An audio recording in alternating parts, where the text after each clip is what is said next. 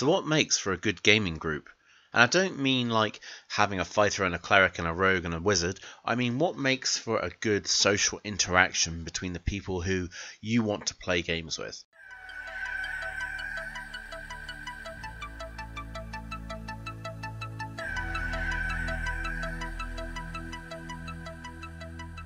I think consistency first and foremost. You want people who are going to be at your session every week, or, every session, depending on how often you play. Essentially, I think you want to consider, are they committed to the game? Because every GM has to put in a hell of a lot of effort. They've got to do all the writing, they've got to do all the research, they have to do all the management, and they have to keep their table under control. I suppose you could consider it just some basic respect, but really you want someone who's going to add to the group. You want someone who's going to be consistent. Yeah, alright, people do have to work, they have family emergencies, this is all well and good. But I think if you're going to really go for a campaign, then, just turning around and saying, I don't really feel like it tonight, or, there's something on TV that I'd like to watch, it's not really much of an excuse. I mean, if you only want to play casually, then, put together a casual group. But there are going to be people at your table who really want to enjoy every nuance of the scenario that they're playing. So, think about them before you commit to a long game. I think what might help would be to establish before you start any games or before you start any campaigns or scenarios, find out who is in the game for what purpose and how committed they are. Understand that if you've got someone who really wants to be in there and wants to go at it full tilt, then their point of view is going to be very different from the person who's just casual. And there's nothing wrong with separating people out into specific play groups where you can explore the game at the rate you want to explore it. You're not trying to be divisive, but you are trying to give everyone the best experience, because ultimately that's what we want. We as GMs need to look at our players and we need to be able to write a campaign that they're going to enjoy, but at the same time, you need to be able to put in enough where everyone's going to be satisfied. And of course, if you're going to do that, and someone expects some really intense work from you, and other people just aren't turning up to that, it can be very detrimental to the GM themselves, and you can leave you feeling like, well, what's the point? Why am I going to all this effort?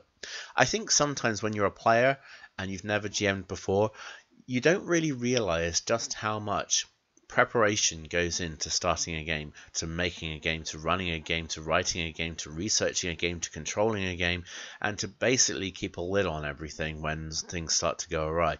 You have an enormous amount of work in front of you as a GM, and it really does, it is like a bit of a kick in the teeth when people aren't turning up when they already said that they would.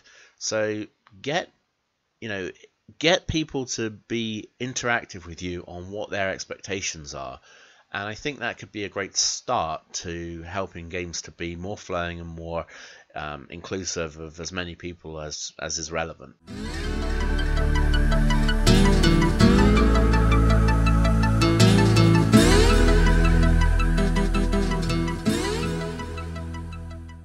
There's a significant difference between running a private game where everyone basically knows each other and trying to run a club where you've got new people who occasionally come in and you've got other people who you might not know. So what could probably be of use to you guys, and this is something that we do in our group, is we run a vetting system. Essentially what you get is like a trial period, and we judge if that person is a good fit for the group. And it's something that I think should be taken into account, because essentially what happens is you need to figure out if someone's going to be disruptive, if they're going to be inconsistent, if they're going to just be the kind of person that your members are just not going to want to associate with. And if they're not going to be on the ball, shall we say, then you can then kick them out. You don't want to be chucking out people for the sake of it, but if there are people who are genuinely not part of your group and they just aren't a fit, then it's perfectly okay for you to remind them, right, you're on trial, you've got, say, 3 months, and if you're all right in the group, then fine, you can stay. If not, you're gone. It's a bit harsh, but sometimes you need to be harsh. You want to consider, I want to do what's best for my gaming group. Whether you are 6 people, 12 people, 20 people, or more, you need to consider what's best for everyone. And unfortunately, if it means chucking out people who aren't, playing the game, if you'll excuse the pun, then that's the way it has to be. Whilst this is primarily something for a club environment, you also want to consider to maybe put it in just a tiny bit for your private games, because occasionally you're going to get someone come in and say, look, all right, I've got this friend who's really interested and they want to have a go. So, you play a few games together and, all of a sudden you find out that this person just is really disruptive. You're not consistent, or whatever the problem is you have with them. And it's really hard then for you to say, look, this is the problem. I mean, ultimately, you want to try to nip the problem in the bud as soon as you can. But the best way, I think, to kind of do that is to let people know what your expectations of them are from the start. Because players have expectations of games, but then again, GMs also have expectations of players, because it works both ways. And people really need to live up to their responsibilities, because that's what happens in a game. Everyone has a responsibility. The players have a responsibility to actually turn up and be involved, and then the GM has a responsibility to provide a game and put in the effort. So it goes both ways. You can't always look at one part and say, look, this is what you're doing, okay, and it's wrong. And then they turn around and say, well, yeah, actually, but you could be doing this, that, and the other to make the experience better. Ultimately, you're working together to get the best experience, but like I said, there's got to be give and take. So if someone's not fitting in the group, then it's down, for you as a GM to kind of pull your players together and say, okay, I want to discuss this. What do you guys think? And communication is absolutely the most important thing. You know this because you're role players. Communication is our entire lives. It's everything we do.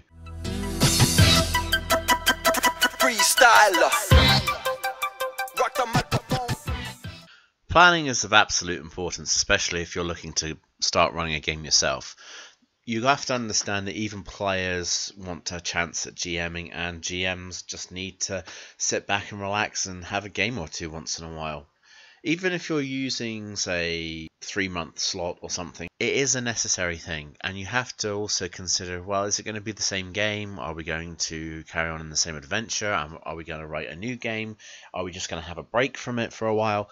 So make sure you plan, and make sure you communicate with the people who are getting involved. Who wants to do what? Because if you have a role-playing group and you only play one game, then sometimes it can get a little bit tedious. There are some really great games out there, new and old, and I'd really recommend that everyone has a look at them, because when you've got a big library of games that you can pull resources from, then your role-playing experience and your skills actually increase, because you're not stagnating in the same style. I'll give you an example. I mean, I was running Vampire the Masquerade recently, and people were saying, okay, let's search the walls for some hidden trapdoors and stuff, or some hidden passageways. And I let them search, and then I said, well, you don't find anything. And they're like, oh, that's weird. And it's like, well, you're in a real life scenario. You don't walk out into every day and find trapdoors and secret passageways. It's not something that occurs. And they kind of thought about it for a moment, and it's like, well, yeah, actually, that's kind of true. We get into a rut, and we get into a style of play when we only play one game. So definitely consider mixing up your game library, and obviously allowing people to run the games that they want in their way, even if it's just for a brief period. Straight from the top of my dome.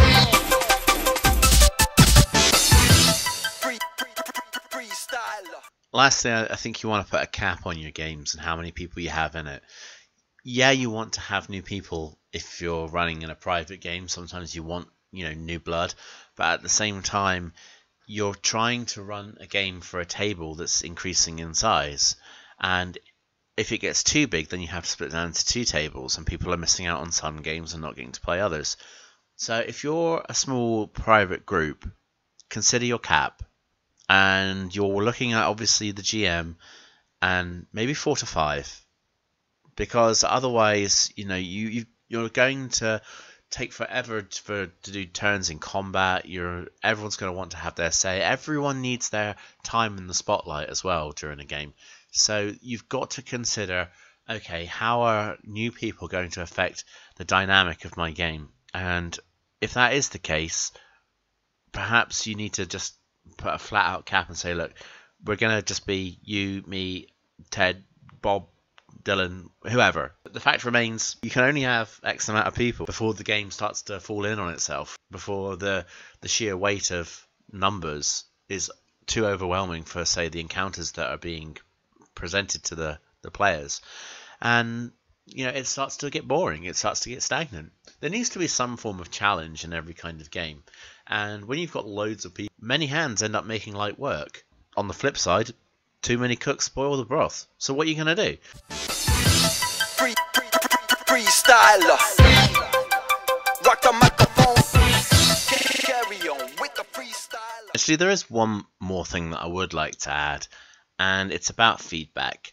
Most players and most GMs will say, look, what did you think of the game? Was it alright? And a lot of people will just say, yeah, it was great, it was fine, yeah, I really enjoyed it, and then leave it at that. But sometimes you end up harboring thoughts that aren't communicated because you don't want to rock the boat too much. Maybe every quarter year or something, you might just want to have a session where you discuss the game and where it's going, and discuss the potential for new games, and discuss the potential for new GMs, and whether or not it's a good idea to have new players. Take a day away from it. We love it that much, but we can't do it all the time. And when we start to get into a rut, when we start to do things in such a way that it becomes stagnant, then we're not actually doing ourselves any kind of service. So have yourself a little meeting between yourself and your players, and then go out there and make sure everyone's getting everything that they want out of the game and out of the session and out of the community, because it's not going to benefit anyone by just staying quiet. It's not always easy to have these confrontations, but if it's something you care deeply about, and like me, if you love your gaming and you want to have the best for everyone and yourself, then it needs to come out. You can't worry too much about people getting upset. Alright, you have to be firm, because without it, everything falls apart.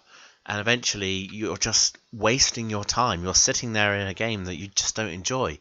So make sure you involve yourself, and make sure you let people know what it is your thoughts are on what's going on. Anyway, that's enough from me, and I will see you guys at the gaming table. See you later.